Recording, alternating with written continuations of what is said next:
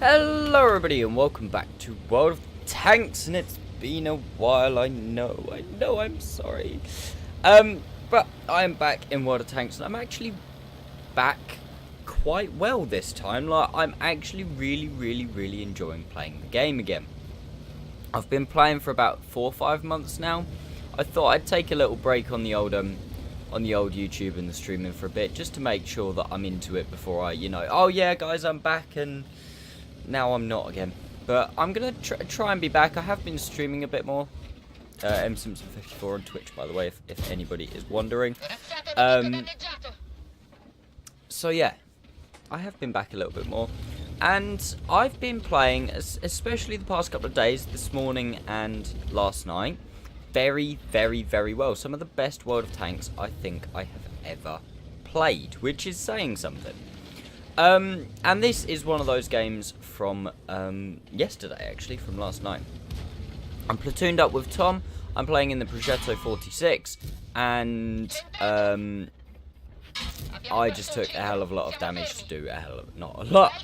Tom is playing in the Rheinmetall Borsig, one of, I think, collectively our favourite tanks. Well, a tank that we've both played for absolutely years and years. And I'm in my Progetto, a tank that I haven't played in randoms, I don't think, until pretty much I bought it. And just look at these shots, guys. What is that? What is that? 2 shots against a T30. Flush side of a T30, both miss. Feels bad, man. So we fired that one blind there. Don't know if it hit or not 100% sure. But yeah, the Progetto, I haven't played it in randoms in the longest of times because it is basically my #1 go-to frontlines tank. I've played it pretty much near as damn it every single game of frontlines that I've played. Again, straight off the side of a T30. Put another one in. Let some shells come back in. But yeah, pretty much every single game of frontlines I've played in the Progetto. So I've kind of taken a break from playing it in randoms for probably almost a year now, to be honest. Just because, well, not almost a year, sorry. Probably since, well before Christmas. Just because, I play it enough and I don't feel like I need to play it. But I played a couple of games in it yesterday and I was like, oh my god, this tank is incredible in randoms, and I completely forgot about that. So far we are on Mines. Not a great map. I'll be the first to admit that. Not a wonderful map. We managed to take the hill at the start because obviously the Progetto is a fairly fast tank. I try and pen the 60 TP, but I realise it's just not worth staying out there to try and get the next shot in. See a Death Star. I know he's not looking at me. He looks fairly focused on the Conqueror. I'm going to make sure I get my last shell in. Fire a shot at his tracks. That probably damages his tracks. Second one on the move to retrack him. I then don't fire my third shell. I let the second shell load back in. And that is why. So we can finish him off with one shot from the ST1. If the ST1 would have missed us for some reason, I would have only fired one shot, let another one load back in, because firing on the second shell of this tank is not awful. It doesn't trash your DPM too badly. Firing off the third shell, however, absolutely sucks. So, would not recommend doing that. Put one into the AMX and finish off the AMX. Again, my last 2 shells, so the DPM was trashed, but I feel like it was worth it to get the tier 9 tank out. We're currently losing 4-6, and this is where we have a couple of issues. First one being that Centurion, second one being that WZ. Now, I'm tempted to go around the corner then, and I think this is one reason, definitely a reason why I'm starting to play so well at the minute. I'm being a lot more, not passive, but careful. I'm playing the game a lot more. Do I need to take that risk? Because a lot recently I've been playing Clan Wars, I've obviously been playing Ranked a hell of a lot, but I've been playing a lot more. Do I need to take that risk? That was a terrible idea, but I felt like I needed to take the risk to put some shots into the Centurion. Here, I let the ST1 just take the Centurion. He gets quite lucky. He finishes the ST1 here. I probably would have gone around that corner to try and get the tracking shot. Instead, I think I fall back, I get behind this rock so the WZ can't hit me. I didn't realise it, but I tracked the WZ. I'm juking a bit here to try and get arty. We put another one in because it's our third shell. We don't need to worry. He tracks me. I haven't got a repair kit, unfortunately, but it's fine because I know he's not going to get me. The WZ does make a misplay here. He goes in for me. I fire one, ricochet off his arse for some reason. Second one, I blow his tracks off. Don't fire the third. Again, let the third load in. I see the ST1 fires. Wait until I have one. And the second one to finish him off. My fourth kill. Again, Duke Artillery. That was the whole game. All I was doing up on the hill was going, please don't hit me, Artie. I think the Artie thought that I was going to get shots at the 60 TP because he fired. I know both Artie have fired. I've now got a little bit of time to try and work. Spot the T-44. I've got a little shot through there. One shot. Two shots. Not worth the third. No, not worth the third. Still try and fire it anyway. That's bad, Max. Don't do that. That's bad. And again, very dramatic driving here because I'm trying not to get hit by Artie. If I just moved from here, back to here, back to here, Artie's going to suss that out. Whereas if I'm constantly driving all the way away, I might be alright. And it's at this point I kind of feel like, well, there's not a massive amount of tank left. Can I maybe spot artillery? Because sometimes if you get up on this ridge, you can spot the artillery in the corner. And no, that's bad. That's a Mauerbrecher right there. Proxy and me. I know that obviously I'm proxied because I spotted him. He spotted me. Again, just try and drive as erratically as I can. Make sure that Artie doesn't hit me. And we should be good. I've kind of figured out, it didn't take rocket scientist, that both Artie are in the corner. The T-44 gets spotted. I put one in. I then know I'm kind of safe here because I know both Artie are in the corner. The thing I'm most worried about here, to be honest, is the Mauerbrecher playing straight out over here, coming out and just finishing me off. I full on aim at the T-44 because I know that Tom and this Death Star are now starting to move up, push round on him. So he has to either die to Tom or he dies to me. I think he tried to get a shot into me there. And again, I just hug this wall because I know that Artie can't hit me. And then move out. In hindsight, probably moved out a little bit too fast there. But I think we did okay. Artillery didn't manage to finish me off. And I'm actually now down to my premium rounds. I've fired all 30 of my standard rounds. I believe this tank holds 45 rounds of 90mm ammunition. I've gone through every single one of my standard AP rounds. And those last two were APCR. And I didn't even notice. I think I noticed about this time in the game as well that, you know, I was actually running out of ammo.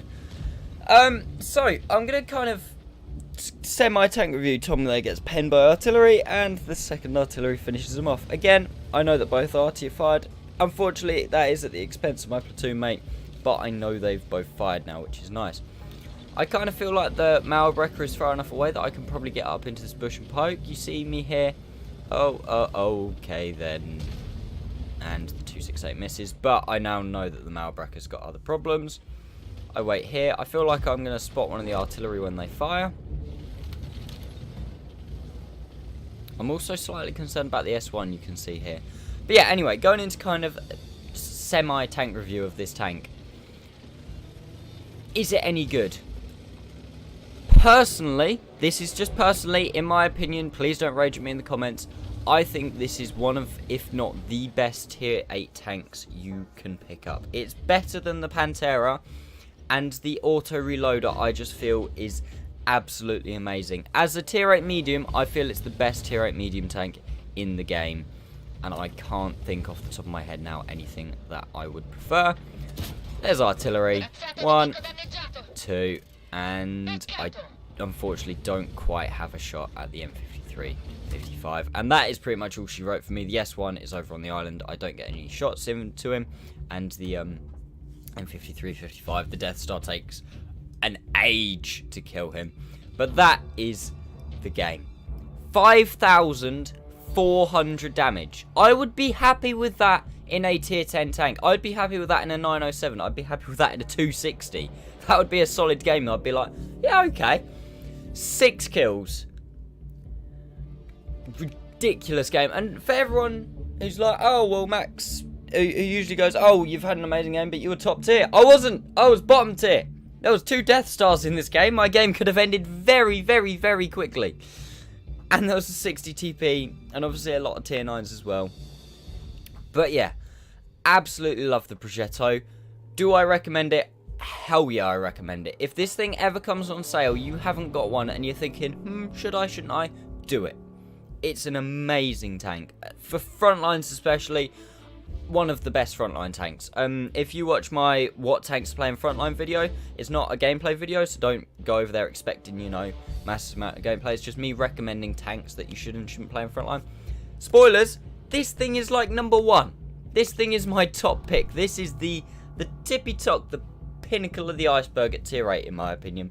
Such a good tank, and I feel like I'm playing it so well at the minute in randoms because I've had all the experience playing it in front lines, and I've now all of a sudden gone, oh yeah, you can still play it in randoms. Forgot about that. But yeah, that is the Progetto, 5,400 damage. I still can't believe I did that. The game before this, I did like 4.2, which was like, I was like, holy shit, I did 4.2k in a tier 8 medium. And then this game I went, hold my beer pass, Max, and watch this. And yeah, that happened. So yeah, we'll go take a very quick look at the post-game stats in just a second, guys. But I'm just going to do a quick little boring self bit now.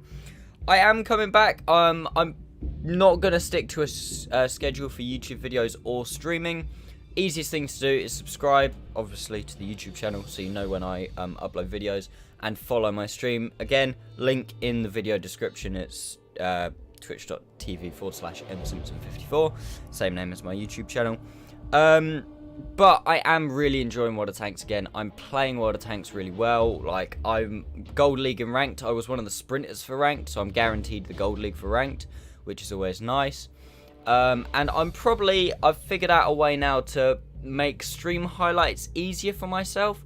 So hopefully, fingers crossed for you guys, I can get a couple of good stream highlights, like the one that I put up in the 907 a couple of days ago. Similar to that.